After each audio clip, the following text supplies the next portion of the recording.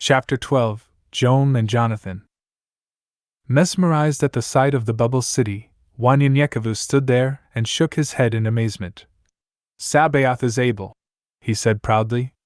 He walked toward the wall and held up his hand to touch it. Who in the hell are you? And motherfucker, what the hell do you think you're finna do with your hands? I know good and damn well you're not finna touch that wall. In 1.2 seconds you're gonna have about 100 of them some bitches fucking up my damn game. There stood a young man 6 foot even and medium built, weighing about 150 pounds, with one of the filthiest mouth Wanyanyekevu had ever heard and had a stitch that would wake the dead. Put your hand down, motherfucker, damn! He shouted. Wanyanyekevu didn't know what to do, hold his nose or kill the man, but he didn't seem dangerous and didn't want to be rude either. He slowly lowered his hands. The man looked at Wanyanyekevu from head to toe, as he continued. Oh, what are you doing out here? You're a long way from home, coming around looking like a damn lost puppy. Where the fuck are you from? Wanyanyekevu grabbed his cane and looked for any sudden movements. Why didn't I see this time coming? Wanyanyekevu said aloud. What time is coming? What the fuck are you talking about? It's about 11 o'clock, man. The young man was confused about what Wanyanyekevu had said, and thought that maybe he was slow. So, he rephrased his words, using his hands to illustrate what he was saying. Look, if you touch that wall, you gotta alert the A's, and they don't fuck with C's and might just kill AD, understand B?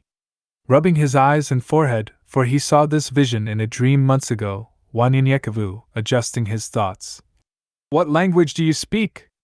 It's so hard to follow, and who are the A's and the B's? The young man was named Jonathan.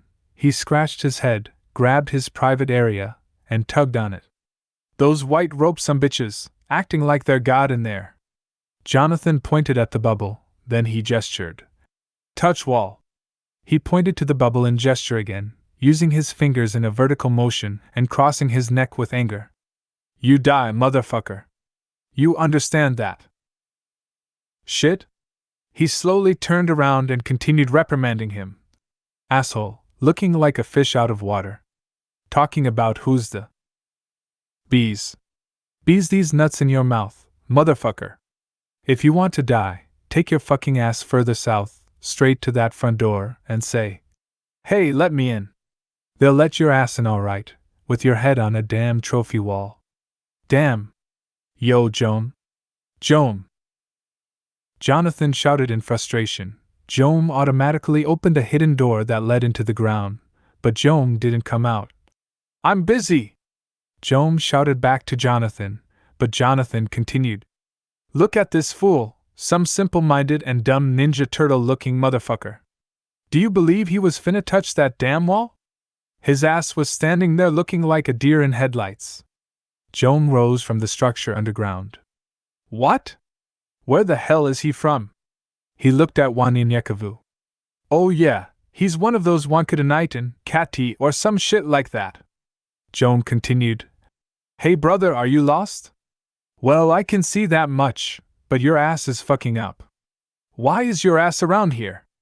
Jome curiously looked around. And your ass ain't got a horse or nothing else to ride? Why didn't you at least dress up as one of them or like us? You know, camouflage yourself. Jome was a little older than the first young man, stood about 6 foot 2 inches tall, and weighed about 175 pounds. Wanyanyekevu looked for signs of aggression, but felt that the two men were just trying to get rid of him. Jome stood there talking.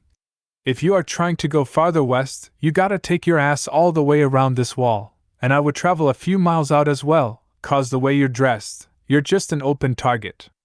Jome said as he looked around again, scratching his head. And that shit is 180 degrees away, about a day and a half to 2 days' journey, 'cause ain't no way in hell you're going through there. Wanyanyekevu understood the second man much better because he spoke much slower and didn't cuss as much. Anakutas have a very foul mouth and smell bad, Wanyanyekevu said as he released his grasp from his cane. Anakutas? My name is Jonathan, and this is my brother, Jome. said Jonathan as he smelled his armpits. Why do you call us that name, anyway? Do you call a... Jonathan thought to himself, as if he had an epiphany. Hey, I'll tell you what we are. We're your local pharmacist. Motherfucker. That's what we are. He grabs some vials and continues. Got a toothache? Jonathan held up a green vial with a smile on his face. Got menstrual cramps? He quickly paused. Oh, my fault. Or do you want to get high as the great blue sky? Holding up a red vial, Jonathan continued as he pulled out a yellowish-looking vial. Now, with this stuff here, I call it hide and seek. We are the people to see for all your medical needs, plus more, if you know what I mean. No, I don't, replied Wanyanyekevu. Jome interrupted.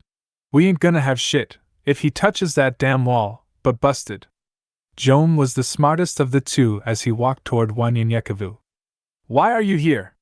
Your type is rarely seen here unless they are being arrested or executed or both. Wanyanyekevu said proudly.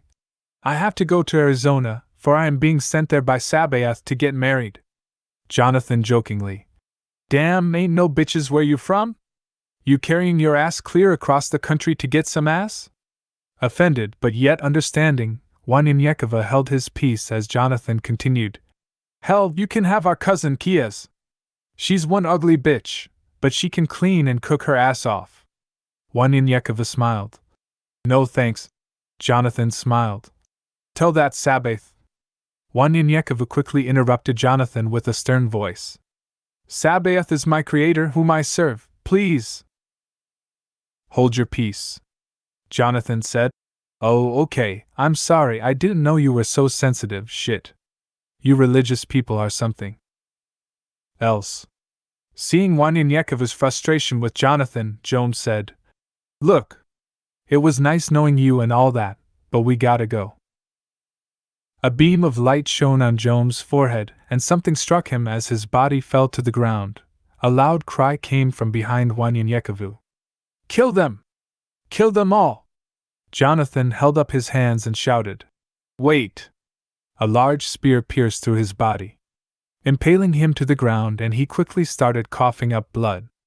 As Wanyanyekevu turned around, he still had his hand on his cane, ready for battle. The time flashes back to the present.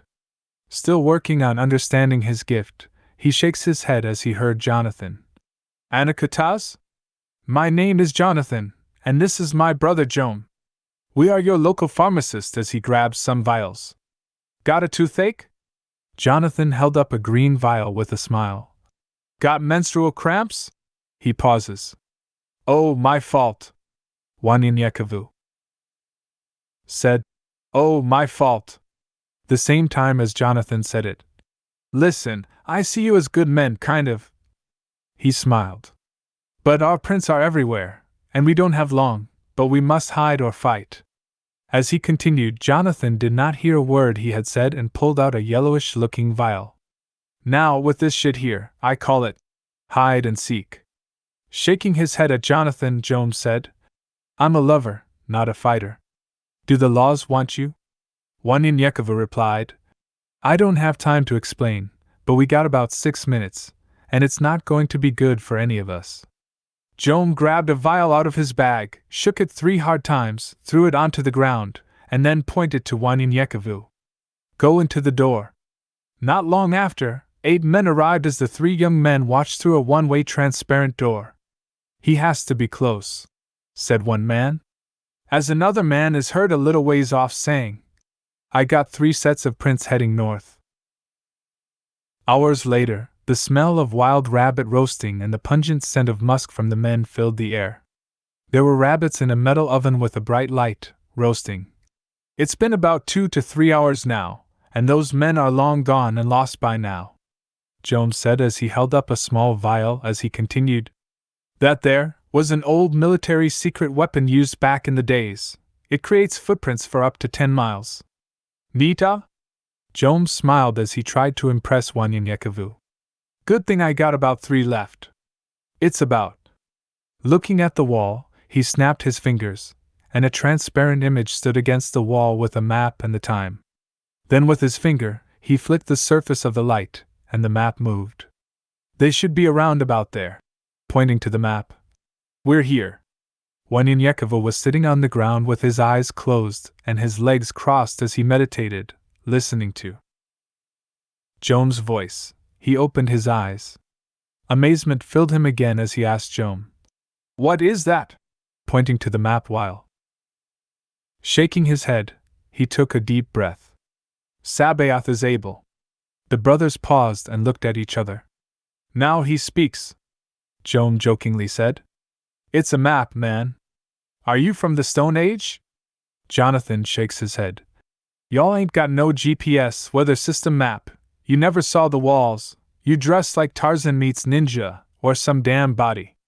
Y'all worship God. And those assholes in there think they are God. Damn! This world is coming to an end." Waninyekova ignored Jonathan. Looking at Jome, he asked, "This map, how does it work?"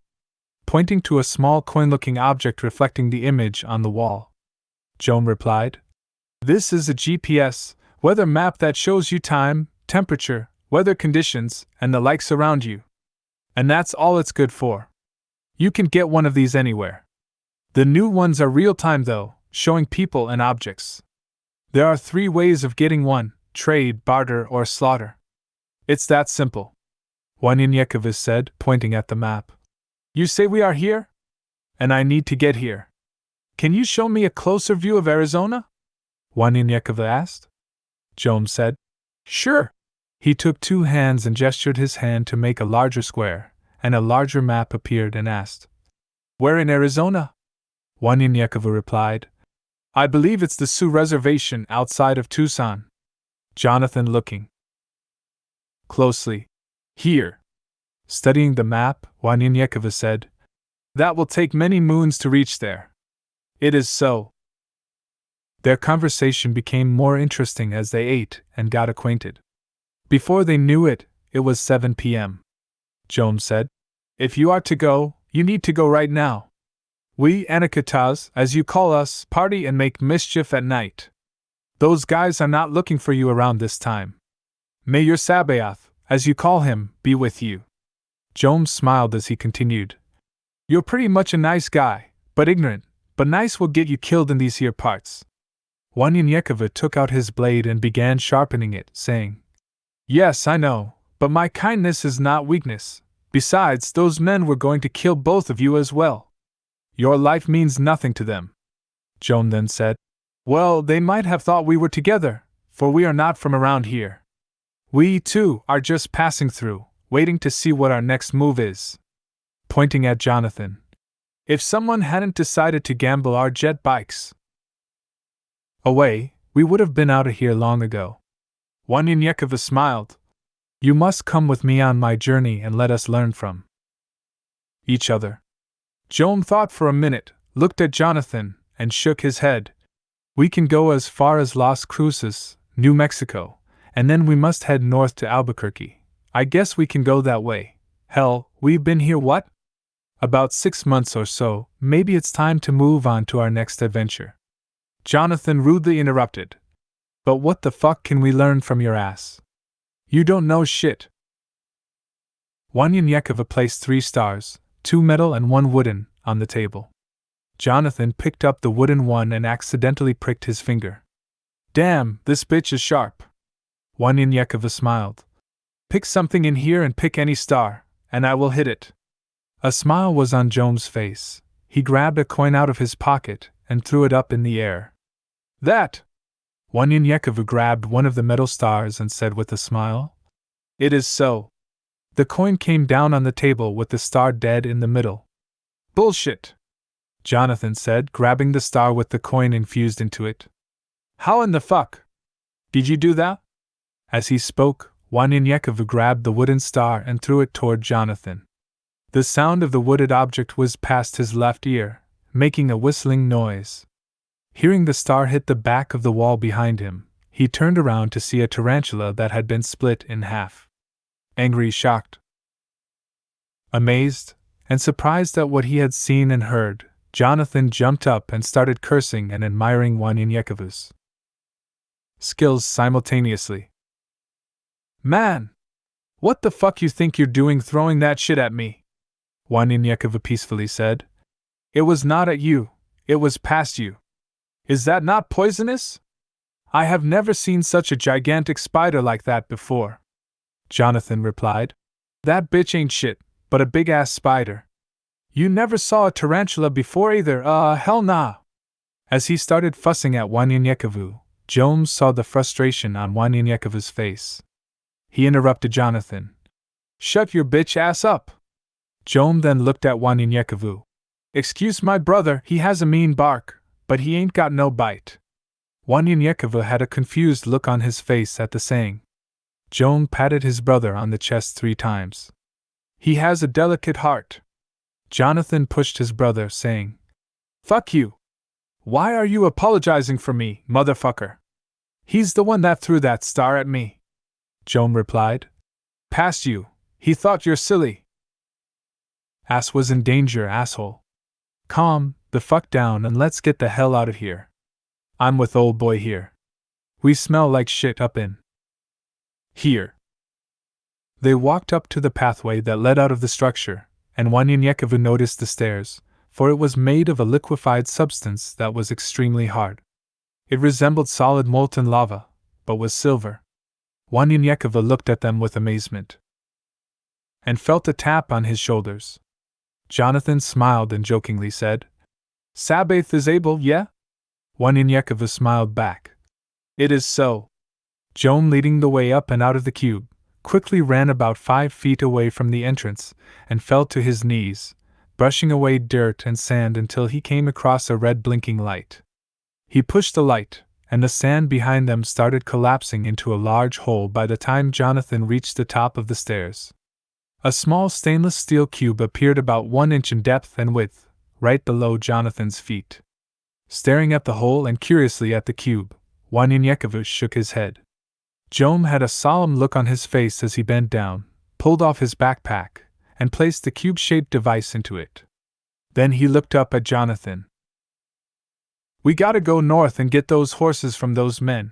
We can't go south because of our new friend and that damn door. Those guys got horses, plus I'm sure they think we are in front of them instead of behind them.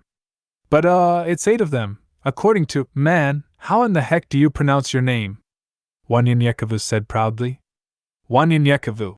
And then slowly tried to sound it out for them, as Jome threw each of them a small black device the size of a button. How do you spell that? Waninyekova said. WANYENYEKEVU.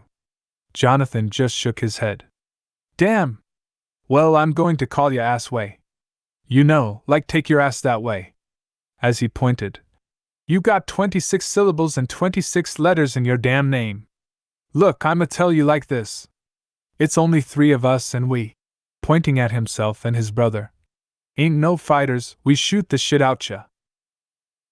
Pulling out a Z-51 rifle and throwing Jonathan the 630-9 handgun, he continued. This shit here will stop a motherfucking transport train. Then he throws something toward Waninyekova. This is for you since you are a little bit behind time, an ancient Colt 45. Waninyekova shook his head in refusal. No, I have this. Pointing to his cane. No motherfucker, you better take this shit here. He pointed with the Colt at a cactus, and a loud sound ripped through the air destroying the cactus. This motherfucker here is what you need, ain't no long-ass knife gotta stop a motherfucker that ain't close enough to use it on. Just point and shoot. Just point and shoot. Jome, laughing at Jonathan. Point and shoot? Motherfucker, I wish you could do that too. You'll miss it if it's not as big as that cactus. Waninyekova pulled out his grandfather's old Colt and said, I have one already. He took the 45 anyway, and asked, What is this black button that you gave us? Jonathan said, It's a laser detection. It warns you if someone is pointing a laser-typed weapon at you. As long as the laser points at you, it will go off. Waninyekova was a hunter by nature, and tracking was just as easy. To his surprise, the 2 brothers were gifted in tracking as well. Now 18 years old and the brothers were 22 and 17, and for months, They had traveled for miles headed to Colorado to try to live a somewhat normal life, without shame. They wanted to live somewhere, where no one knew them. Wanyanyekevu and the brothers got to know each other as they journeyed together. At times, Wanyanyekevu thought Jonathan was hilarious, and then there were times he was irritating, but they honestly had good hearts. After hours of walking and just a few hours away from the old abandoned town of Canutillo, Texas, they had walked around El Paso. Jome sighed, saying, "It's getting dark, we need to stop and rest. It's too dangerous walking in the darkness around here. You got your scorpions, rattlers, wolves, centipedes, and—" Jonathan interrupted. "Let's not forget those men, all way here, got us running from." Jonathan, grabbing his cube from his hip pocket as he continued, "But seriously, I thought you'd never say that shit. Y'all act like we were going to get some pussy or something as fast as we were walking, and how long we walked. You got old bloodhound here." Pointing to Wanyanyekevu. "Looking in the sky and shit, your ass looking at the dirt." "Hell, I just started looking straight. That was the only damn direction left to look." Wanyanyekevu laughed as Jome started pushing a few buttons, as he placed the cube on the ground. The ground started moving and the solid liquefied matter started moving outward, downward, and inward, until a large hole was approximately 50 feet by 50 feet wide and 30 feet in depth. The earth started covering the cube and slowly creating a camouflage door. 100 meters in 10 seconds. 5, 4, 3, 2, 1, Jome said as he pointed to a reddish silver-like stick toward the sky and shouted, "Go!" Jonathan pushed a button on his watch, and Jome did so simultaneously. Then, they walked into the doors leading toward the ground. "Go!" Jonathan instructed Wanyanyekevu. "We only got 15 seconds to get in, or else we got to do it again." Once inside, they all sat down on a bench created by the cube. Jonathan, looking at his watch, counted 5, 4, 3, 2, and 1. Jome took out a small monitor.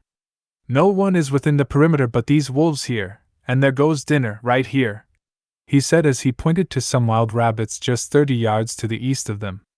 Wanyanyekevu stood but was slightly held back by the shoulders by Jonathan. "I got it, man, I can't." "Wait all night to eat with your way of hunting.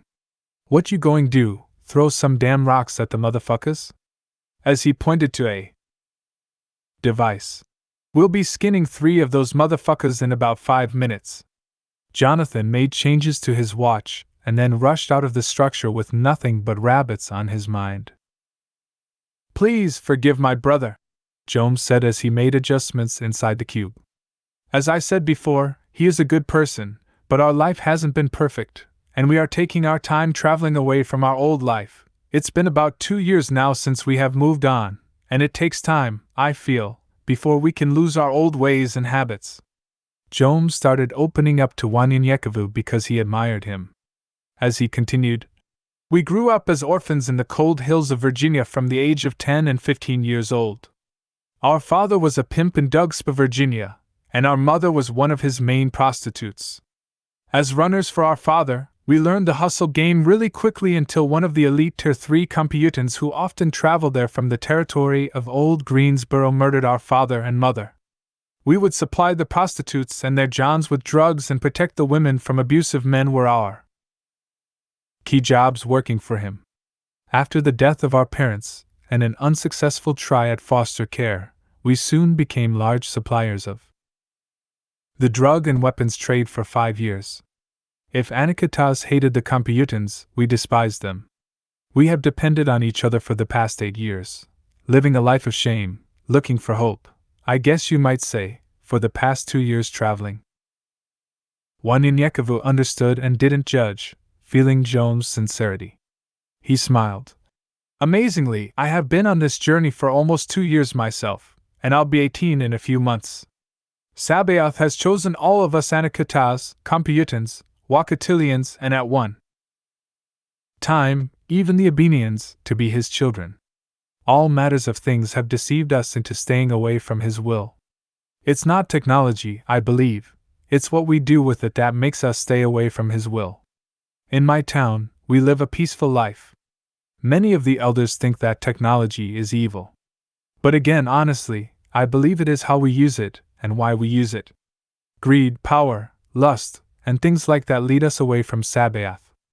I don't know if you ever heard of or knew of Sabaoth until now, but listening to you, I know he's in your heart, for you have seen hell, and you just said the keyword to his salvation, that's hope, which leads to faith.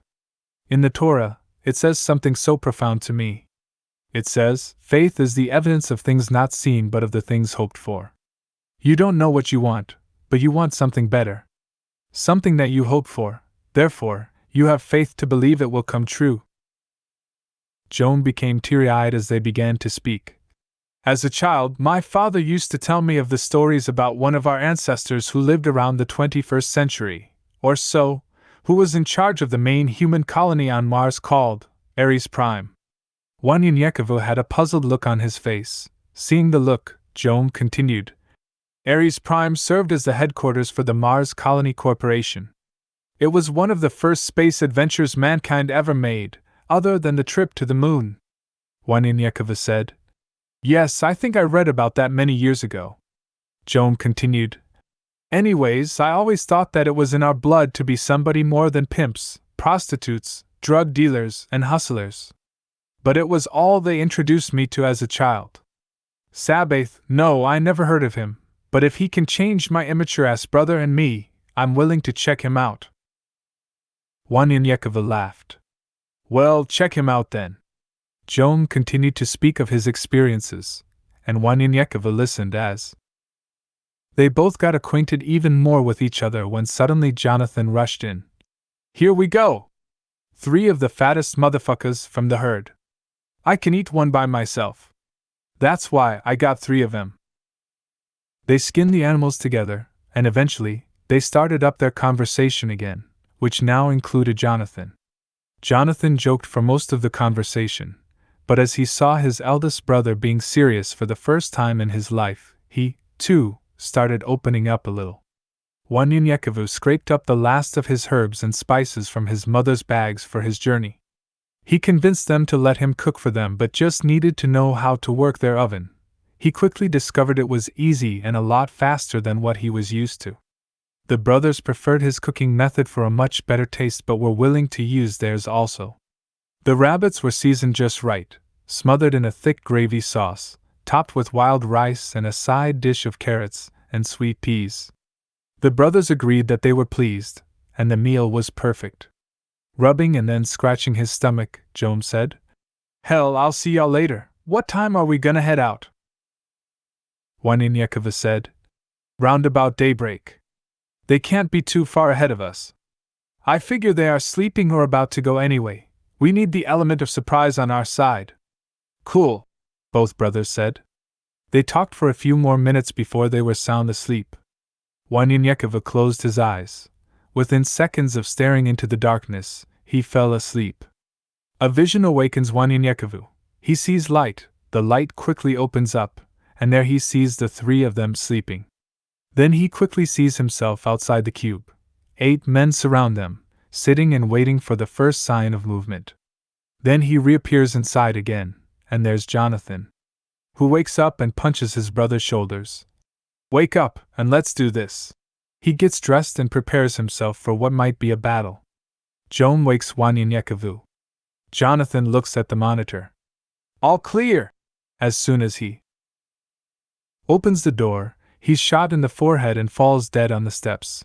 Jome rushes to his brother's side, and there stand 2 men, who opens the door and shoot Jome multiple times. Realizing it's another vision, he opens his eyes again into the darkness, waking Jonathan. There are men outside, waiting for us to open that door. How can that be? The alarm didn't go off. The sound of Jonathan's voice awakens Jome. Wanyan Yekevu said, I don't know why your alarm didn't go off, but if you go out there, they will shoot you on sight, for they are waiting at the entrance. Wanyan Yekevu gives the brothers the details, and Jome quickly rigs up and claymore mine device to go off when he remotely opens the door. 3 men standing outside the door saw it was about to open and drew their weapons but were killed by the explosion. Jonathan and Wanyan Yekevu spring to the top of the door, killing another too, but Jome is shot in the head and dies. Darkness covers Wanyanyekevu several times as the different scenarios play out. Wanyanyekevu then hears a loud voice. Either they both die, or one of them live, unless they both believe. What seemed like hours to Wanyanyekevu was only 5 minutes since they laid down to sleep. Wanyanyekevu wakes both of them up. We have less than 7 minutes to prepare for an ambush. We must go, and go now. Quickly, they all ran at least 15 yards behind some rocks. Wanyanyekevu grabbed them. Both. This is a matter of life or death. I know in my heart you both want to believe in Sabbath. Jome was about to interrupt him. Wanyanyekevu held up a finger to tell him, hold on, as he continued. Let's just say I know something and someone that you don't know. For now, you might feel betrayed by Sabbath, but I need you to understand that everything is done for a reason. He looked around the corner and saw 5 men surrounding the entrance, and 2 men standing off holding the horses to the side, and 1 man just a little way off on his stomach with a sniper rifle. I need you both to either accept or deny Sabbath now. Confused, Jonathan and Jome looked at each other and said, Accept. Wanyanyekevu smiled in relief. Either you both accept it, or else one of you or both of you would have died tonight. Know this, neither one of you will die today because Sabbath has said it is so. Jonathan began to speak. What? Wanyanyekevu rebuked him sharply. I have heard it all. Listen to me. I don't have time to explain. Wanyanyekevu briefly told them about his dream, then they all whispered amongst themselves until Wanyanyekevu said, They are waiting for us to come out the door, so I will go around quietly and kill the man lying down. I need you to wait for my signal and get near the men with the horses so as not to spook them off. Wanyanyekevu pointed at Jome. You two need to kill the other men waiting at the doorway. They were all in agreement. Circling around, Wanyanyekevu came upon the man on his stomach, holding his eye up close to the rifle, looking for any sudden movement to come out of the cube. Wanyanyekevu told himself that he needed to kill him in a way that was quick but quiet. Taking a metal star out of his pouch, he threw it with enough force to penetrate his skull. The man's head dropped to the ground, dead. Then he headed toward the men with the horses. There was enough space between them that he could kill one without alarming the others, so he took out one of them. He raised his hands to the brothers, and Jonathan shot the other men while Wanyanyekevu took out the third man running for his life. They gathered the bodies together and threw them on top of each other. Jonathan and Jome shook their heads looking at the men's clothing, and Jonathan said with fear in his eyes, We definitely can't stay here now. Do you know who the hell these men are? Dead? Wanyanyekevu said. Jonathan thought about it for a second and said, Well, yeah, they are, but these are the men of the Emote Circle. They are one of the major cartels that run all trade inside, outside, and around no man's land, the entire country of Old Mexico and El Paso. Oedipus is the most ruthless of them all, and his son, damn, one ugly sumbitch, Aislinn, was just killed the night before. This Aislinn guy, 6'5", about 220 pounds, yeah, not too fair in the face. Wanyanyekevu said. Jonathan raised his eyebrows and quickly interrupted him. Not too fair in the face. That motherfucker was ugly. I mean, he could scare a fucking ghost with that face. Wanyanyekevu laughed. Yeah, I guess you could say he was ugly. For I'm the one who killed him. Jome laughed and said to Wanyanyekevu, I never saw you laugh like that before. Hell, I thought you weren't human for a moment. Jonathan shouted. Fuck a laugh. You killed him. He began pacing back and forth. You killed him, hell to the nah, man. Jonathan held his head and took a deep breath. Well, we definitely have to leave now. Jome turned to Wanyanyekevu. I want to talk about this. This is the second time you saw something before it happened. Are you a psychic or some kind of voodoo priest? You did say you were from Louisiana. Wanyanyekevu, while checking the saddlebags on the horses they took from the men, said, Everyone from Louisiana doesn't know voodoo or witchcraft. There are a few, but there are many believers in Sabbath. Then he thought to himself, well, not many that I know of. Shaking his head, he said to the brothers, we can talk about that some other time. If these men are as famous as you say, we need to go north a bit and bury these guys in a grave or something and be on our way. I want to be out of this state before sundown. The brothers ransacked the horses and the men's belongings, grabbing useful items, gadgets, and weapons. Then suddenly, you could see the two brothers' faces lit up with joy. Jonathan and Jome were laughing and joking as if they struck gold. Wanyanyekevu understood nothing they were talking about but knew that it would make their trip to Arizona safer, according to all the excitement. They had 2 horses as they headed out. Wanyanyekevu was concerned. These last 2 horses will return to where they come from, unless we take them with us. If they get where they are going, we are just asking for more trouble, and look at this brand on their hind quarter. Surely someone knows who this brand belongs to. After burying the men, Wanyanyekevu grabs the harness of the other 2 horses that were left, and decides to keep them. I'll take one for you, said Jome. Just until we realize what we are going to do later after we get to New Mexico. They headed north a bit, then headed northwest just to keep themselves at least 5 miles away from the bubble to a strange place called Anthony, Texas, and up the road read another sign. Anthony, New Mexico, 1 mile. Jonathan jokingly said. Look at that shit, they couldn't think of another name for the other town? The New Mexico state border sign was in sight. Jonathan was so excited he shouted at the top of his lungs.